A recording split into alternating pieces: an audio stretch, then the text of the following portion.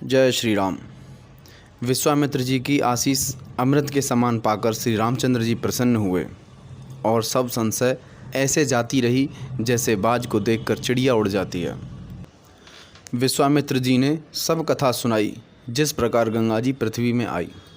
तब श्री रामचंद्र जी ने ऋषियों समेत स्नान किया और ब्राह्मणों ने अनेक प्रकार के दान पाए।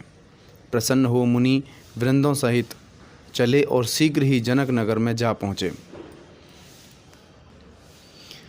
जब श्री रामचंद्र जी ने जनकपुरी की शोभा देखी तो लक्ष्मण सहित विशेष प्रसन्न हुए। बावड़ी, कुएं, नदी, तालाब अनेक विधि से और जल अमृत के समान मणियों की सीढ़ियाँ बनी हुई हैं। रस के मतवारे भौरे सुंदर गुंजार रहे हैं और बहुत वर्ण के पक्षी कल अर्थात सुंदर शब्द कर रहे हैं। रंग रंग के कमल खिल रहे हैं। शीतल मंद सुगंध सुखदायक पवन बह रही है। नगर के चारों ओर फूल वाटिका लगी हुई हैं सो फूल रही हैं। उसके पीछे बाग लगे हैं सो फल रहे हैं। तिनके पीछे वन हैं सो पल्लवित अर्थात सुंदर पत्तों से शोभित हो रहे हैं। नगर की शोभा वर्णी नहीं जाती, मन वर्णन करने वाला है। वह जहाँ भी जाता है वहीं लुभा जाता है, इससे वर्णन नहीं हो सकता। और नगर निकाई अति विशेषण है, अर्थात नगर किसी वस्तु का हो, यह निज निकाई का नगर है। सुंदर बाजार और विचित्र अंवारी रंग रंग की पंक्ति मानो ब्रह्मा ने अपने हाथों से संवारी हैं। धनिक बेचने वाले और वनिक लेने वाले दोनों कुबेर के समान हैं। न उनकी वस्तु चुके न उनका धन चुके, अनेक प्रकार की वस्तु लिए बैठे हैं।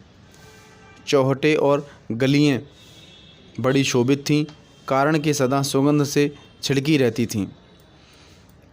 सबके मंदिर मणियों करके जटित मंगल रूप हैं, मानो कामदेव ने चित्रकारी की है।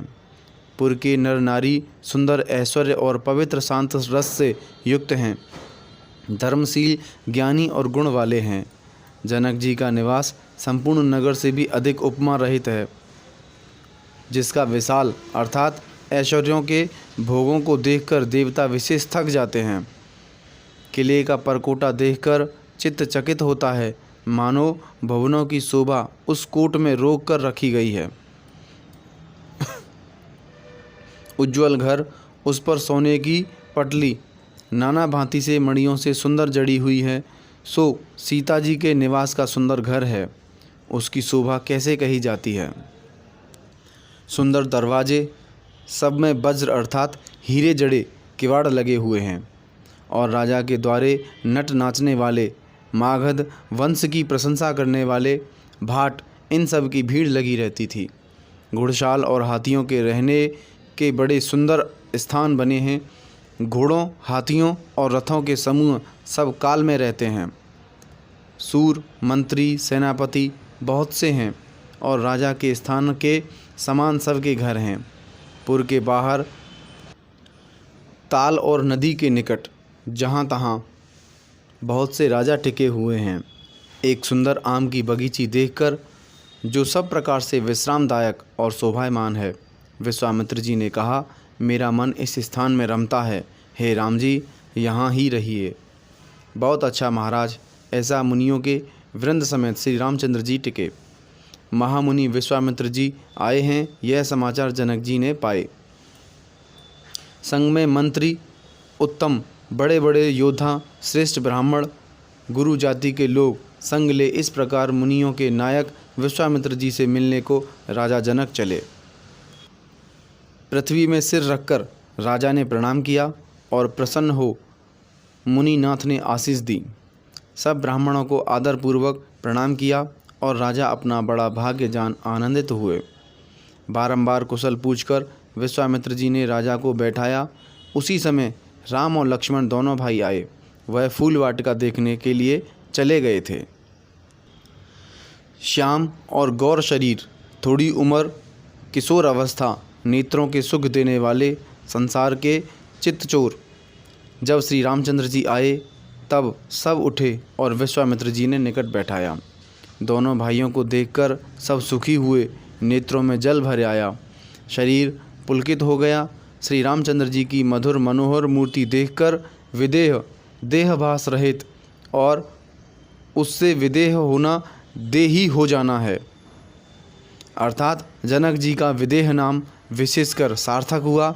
देह की सुधि भूल गए अथवा राम की मूर्ति देख राजा देही हो गए, प्रेम में मग्न हो गए, वैराग्य जाता रहा। क्वार सुदी 12 को यह दर्शन हुए थे।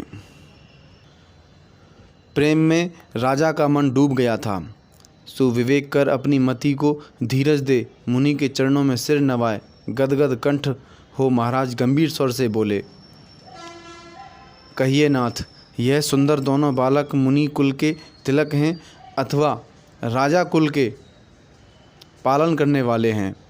ब्रह्म जो वेद ने इति ऐसा कहकर गाया है, क्या वही यह 2 भेष धारण कर आया है?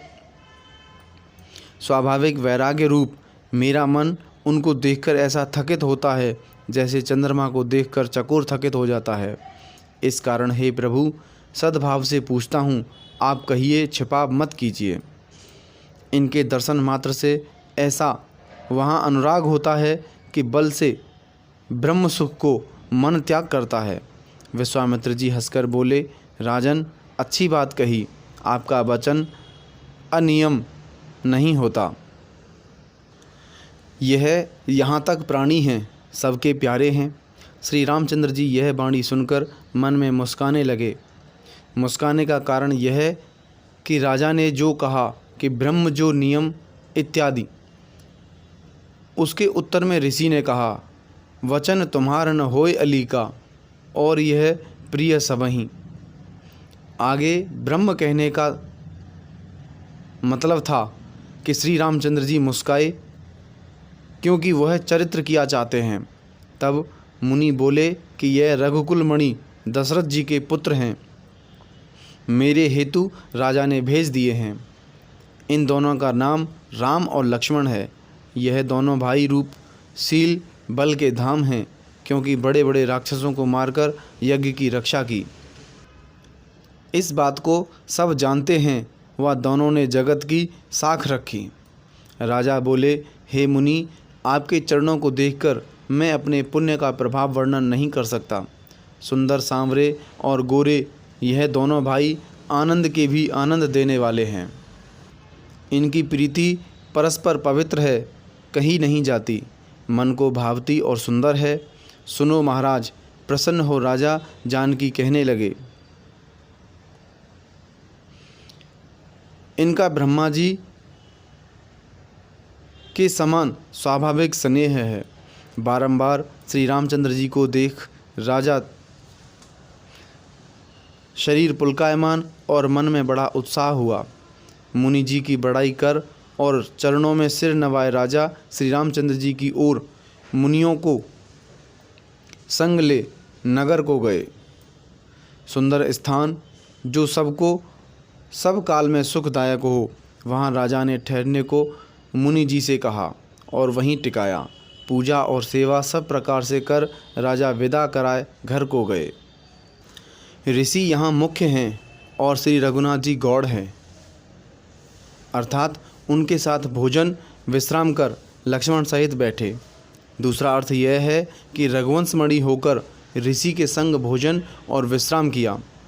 तीसरा अर्थ यह है कि जब से श्री रघुनाथ जी ने यज्ञ रक्षा करने और राक्षसों को मारने का निमित्त ऋषियों का पक्ष लिया है, तब से ऋषियों के संग भोजन विश्राम करने का अवसर सब मिला। सो करके लक्ष्मण सहित बैठे।